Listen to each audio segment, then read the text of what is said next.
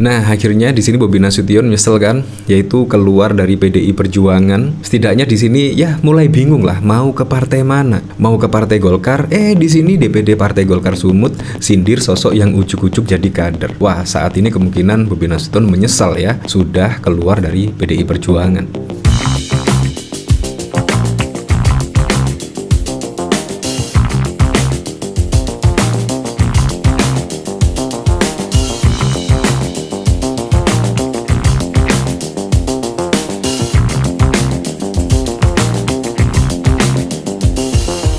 Waduh, kayaknya ada penolakan ya di sini. Di sini dari berita CNN, yaitu DPD Partai Golkar Sumut sindir sosok yang ujuk-ujuk jadi kader. Ya, siapa lagi ya kalau bukan Bobi Nasution ya? Kalau kita lihat dari berita di sini ya, yaitu ogah disebut langgengkan dinasti Jokowi dengan gabungnya Bobi Nasution, Golkar Kita Partai Terbuka. Di sini jangan-jangan dari Golkar Sumut di situ untuk menanggapi di sini ya, yaitu Bobi Nasution. Bobi Nasution juga dikabarkan akan mengikuti konsultasi pilkada, yaitu pada pilkada serentak besok menjadi gubernur kalau tidak salah ya. Dan di sini juga ya ada sindiran-sindiran yang sangat pedas sekali ya, ujuk-ujuk jadi kader Golkar.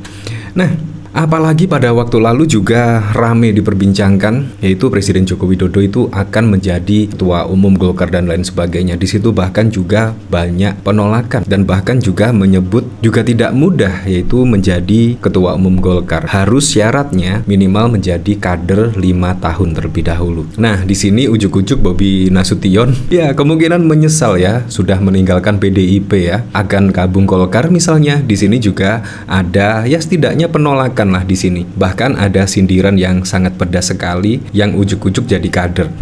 Nah, dari sini saya juga penasaran ya. Kira-kira seperti apa beritanya di sini? Di sini dari CNN Indonesia. DPD Golkar Sumut sindir sosok yang ujuk-ujuk jadi kader. Nah, di sini Dewan Pimpinan Daerah Partai Golkar Sumatera Utara masih menjagokan nama Musa alias Ijek sebagai calon gubernur sambil menyindir sosok yang ujuk-ujuk jadi kader beringin. Sebelumnya Dewan Pimpinan Pusat DPP menyorongkan nama Bobi Nasution selain Ijek di pemilihan umum Gubernur Sumut 2024. Namun sejauh ini belum jelas siapa yang berposisi gubernur, siapa yang wakil gubernur. Ketua Tim Penjaringan Calon Kepala Daerah DPD Golkar Sumut Risa menjelaskan pihaknya akan melakukan penjaringan untuk bakal calon kepala daerah baik Pilgub Sumut maupun Pilkada Kabupaten pada 9 hingga 23 April. Nah, dari sini sumber rekrutmennya berasal dari internal dan di luar Partai Golkar. Penjaringan dilakukan di 34 wilayah di Sumut. Kami membantu DPP untuk mendapatkan calon kepala daerah yang punya kompetensi,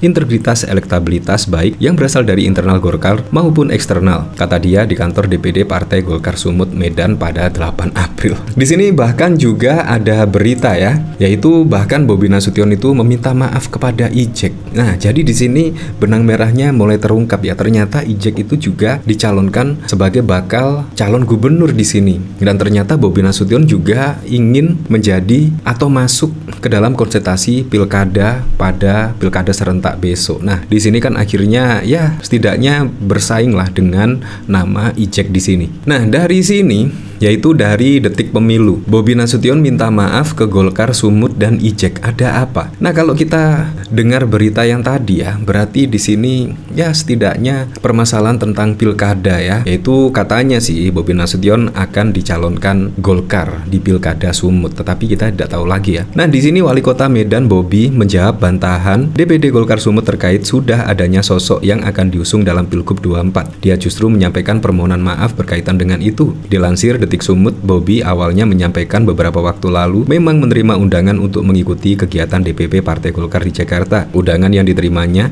sebagai Cagup Sumut dan Cawalkot Medan. Undangannya memang dua, satu sebagai calon gubernur Sumut dan satu sebagai calon wali kota Medan, kata Bobi setelah saat menghadiri acara malam takbiran di lapangan Merdeka. Bobi menyatakan tidak masalah jika DPD Golkar Sumut memang membantah berkaitan dengan Pilgub Sumut. Dia pun meminta maaf kepada DPD Golkar Sumut serta Ijek. Ya, kalau memang DPD Golkar Sumut menyatakan seperti itu, soalnya kemarin agak ya statementnya sana sini. Tentunya malam takbiran ini secara pribadi saya mohon maaf tentunya kepada DPD Golkar Sumut, kepada Bang Ijek kalau undangan itu menyinggung Golkar Sumut ataupun pribadi sebutnya. Dari sini ya kemungkinan akan ada penyesalan lah setidaknya yaitu keluar dari PDI Perjuangan. Kalau kita ketahui kan Bobi Nasution itu mendukung Pak Prabowo dan juga Gibran, dan akhirnya juga kalau tidak salah sih ya dipecat oleh PDI Perjuangan sebagai kader. Padahal juga pada waktu lalu ya direkomendasikan lah setidaknya oleh